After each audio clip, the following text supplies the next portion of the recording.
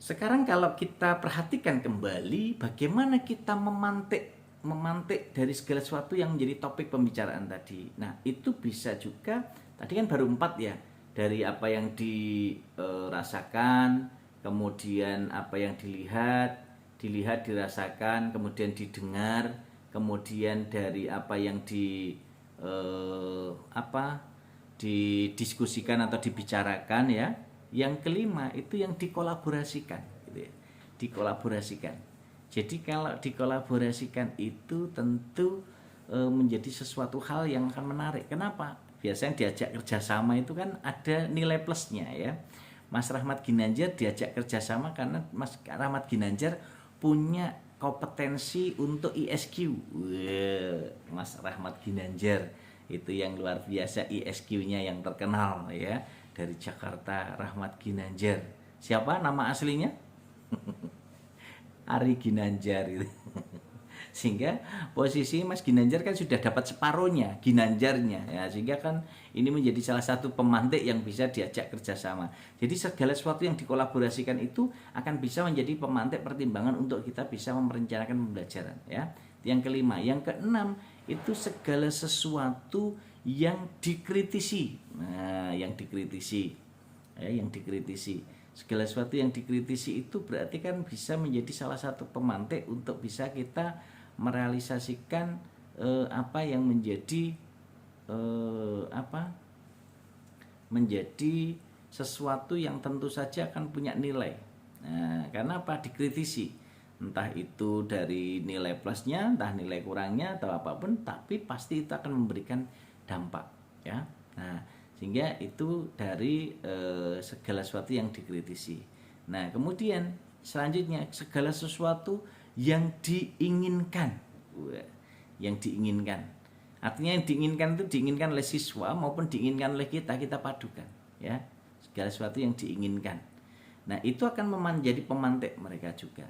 Nah, itu yang keberapa tadi?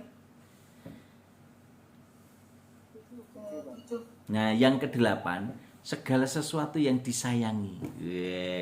Kalau segala sesuatu yang disayangi atau dirindukan itu pasti akan muncul mantik ide-ide banyak ya. Jadi yang disayangi itu bisa berangkat dari hobi tadi yang diinginkan tadi, itu akan terintegrasi. Jadi segala sesuatu yang disayang itu juga akan memberikan dampak positif. Bagaimana kita bisa memberikan warna berbeda dalam proses pembelajaran kita. Nah, lalu pertanyaannya begini, Pak Romadi, kalau kita menyusun rencana pembelajaran berbasis hasil identifikasi dan problematika, berbasis problem based learning, jadi betul-betul mengandalkan dari kondisi identifikasi yang kita temukan di lapangan, identifikasi berdasarkan temuan kita di kelas, itu apakah nanti betul-betul proses pembelajarannya akan sama persis dengan perencanaan pembelajaran kita? Belum tentu, ya. Teman-teman harus pahami betul bahwa perencanaan pembelajaran itu adalah skenario pembelajaran yang disusun, yang disiapkan teman-teman untuk menuju pada proses sebagai panduan, sebagai pedoman pembelajaran. Sehingga kalau segala sesuatu direncanakan, insya Allah hasilnya juga tidak jauh dari harapan kita. Tapi kalau tanpa rencana, wes pokoknya jalan, nanti juga susah juga. Maka saya katakan kenapa tadi dengan kita mengacu pada 8D itu tentu akan mendampingi kebutuhan kita, kebutuhan siswa kita yang akhirnya akan kita sinergikan. Ya, kita sinergikan bagaimana proses ini nanti betul-betul mampu memberikan warna. Tadi saya katakan harus ada topi ini sebagai media, ini bisa. Kalau misalnya kita mainkan, kita putar-putar gini bisa. Tapi apakah murid kita bisa? Nah, ini menjadi salah satu pertanyaan, ya, menjadi pertanyaan. Ada yang bisa seperti ini? Nah, ketika itu ditanyakan berarti mungkin yang hobinya suka main-main putar topinya, dia akan bisa. Tetapi belum tentu semua siswa akan bisa seperti itu. Nah, oleh karena itu perlu disadari bagaimana kita memetakan. Ya, kata kuncinya memetakan. Nah, untuk bisa memetakan proses pembelajaran itu, teman-teman harus paham betul bagaimana identifikasi dari kemarin kan sudah dijelaskan bahwa kita bisa menyusun rencana pembelajaran itu dari 1 KD yang kita mau capai ya. KD-nya apa? Misalnya, KD-nya menulis puisi. Menulis puisi dengan media gambar atau menulis puisi dengan media gitu aja. Artinya kalau media gambar kan sudah spesifik ya. Tapi kalau dengan media kan kita bisa milih media apa saja. Mau media alam bisa, media gambar bisa, media lagu bisa, media video bisa ya. Itu kita buat. Nah, sekarang coba kita pantik. Sekarang kita bagaimana memanfaatkan media. Kalau tadi kita baru memantik imajinasi dari masalah, sekarang kita pantik dengan media. Kalau tadi dengan media kita sudah menghasilkan sebuah kalimat, jadi dengan identifikasi kita bisa menghasilkan kalimat. Sekarang kita lihat, sekarang menghasilkan kalimat-kalimat indah, kalimat-kalimat literer, ya, kalimat literer. Jadi kalau tadi topiknya Mas Redi itu rindu ya, oke rindu. Sekarang judulnya saya buat rindu. Nah, rindu. Kalau dalam bahasa Jawa kangen, kangen. Kalau Mbak Yeni dalam bahasa Inggris apa? Bahasa Inggrisnya rindu?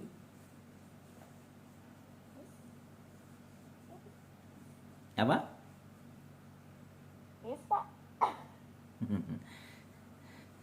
Oke, itu dalam bahasa Inggris. Kalau Mas Redi dalam bahasa Jepang apa? Kalau Jepang kurang tahu Pak, Batak Toba aja tahu Pak. Oh, kalau Batak Toba apa? Masihol. Masihol. Iya Pak. Oke, jadi rindu itu dalam bahasa Batak Toba masihol. Nah, masihol. Kalau dalam bahasa Sulawesi apa Mbak Lawa? Mudani, Pak. Apa? Mudani. Mokdani. Ya, Pak. Mokdani. Mudani. Ya, Mokdani ya. Mokdani itu rindu. Jadi kalau rindu serindu-rindunya berarti Mokdaninya.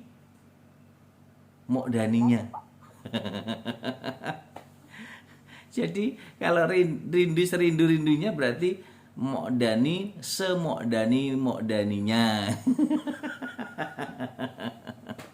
Itulah bagaimana kita membuat proses morfologis yang betul-betul bisa menyatukan antar kata dengan morfem terikatnya ya.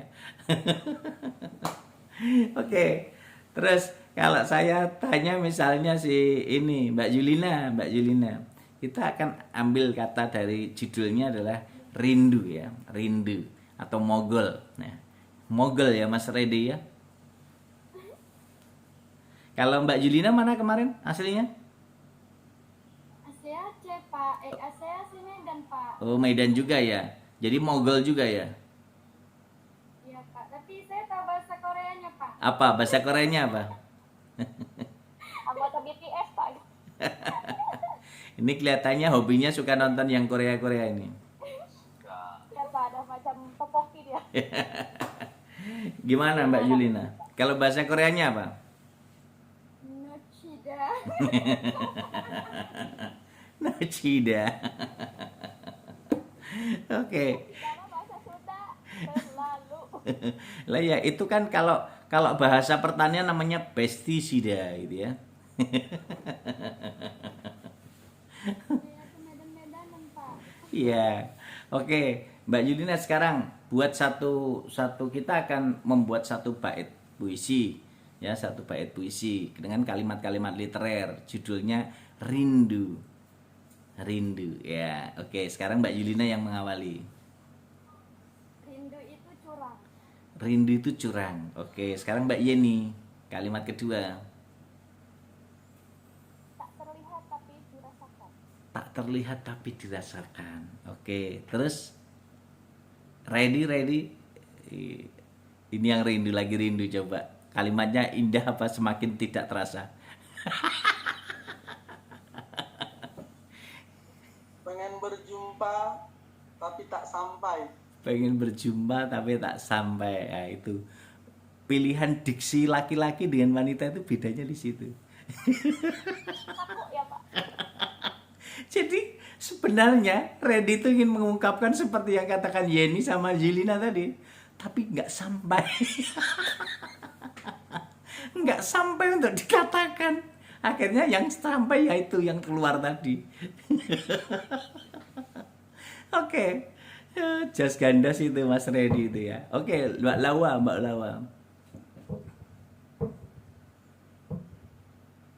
Membuat hati terasa gundah. membuat hati serasa gundah. Ya, membuat hati serasa gundah. Oke, Mbak Suminar.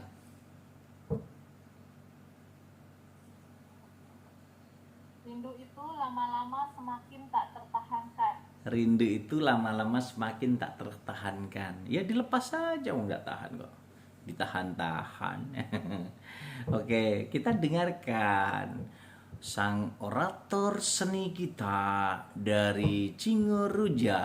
Inilah dia, Mr. Agung Wibowo. Raden Agung, Pak. Raden Agung. Sudah Pak. Silakan. Iya. Saat aku kenang. Saat aku kenang, kau telah hilang. Oke, selamat datang Mbak Aseh Tasni.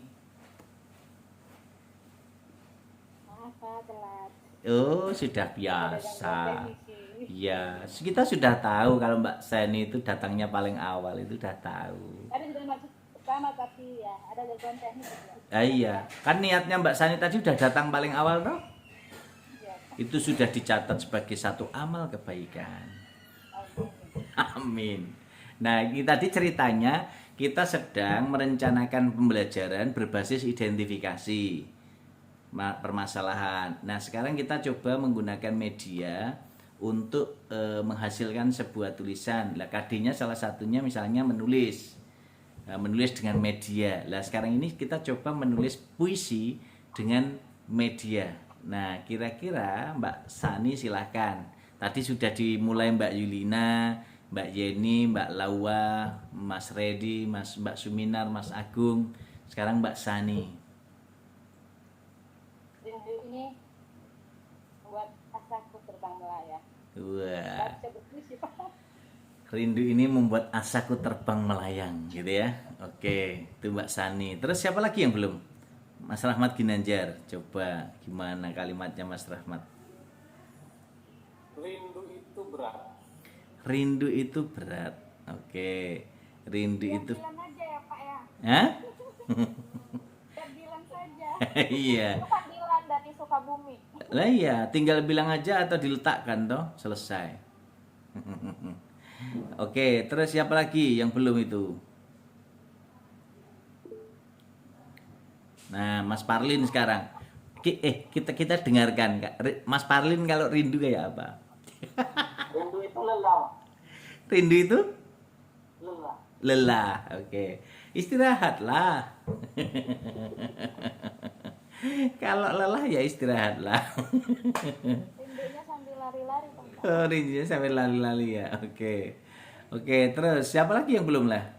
Mbak Taibah. Taibah belum kelihatannya. Pak. Yo. Tadi sempat keluar kan? Oh iya, betul. Oke. Sekarang coba Mbak Taibah buat kalimat literer.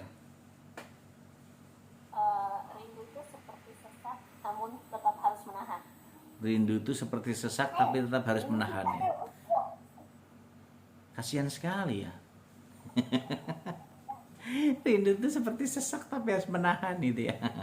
Kenapa harus ditahan? Kata Yulina, sampaikan saja gitu ya. Jangan ditahan gitu ya. Jangan ditahan. Jadi kalau kamu rindu, tunggulah di pinggir pasar. Pasti di situ ada bis lewat gitu ya. Sehingga nanti bisa naik bis nih ya. Oke, nah teman-temanku yang hebat dan luar biasa. Jadi sebenarnya kalau kita lihat menyusun perencanaan pembelajaran yang dilakukan dengan proses basis identifikasi problematika atau problem based learning itu akan sangat beragam.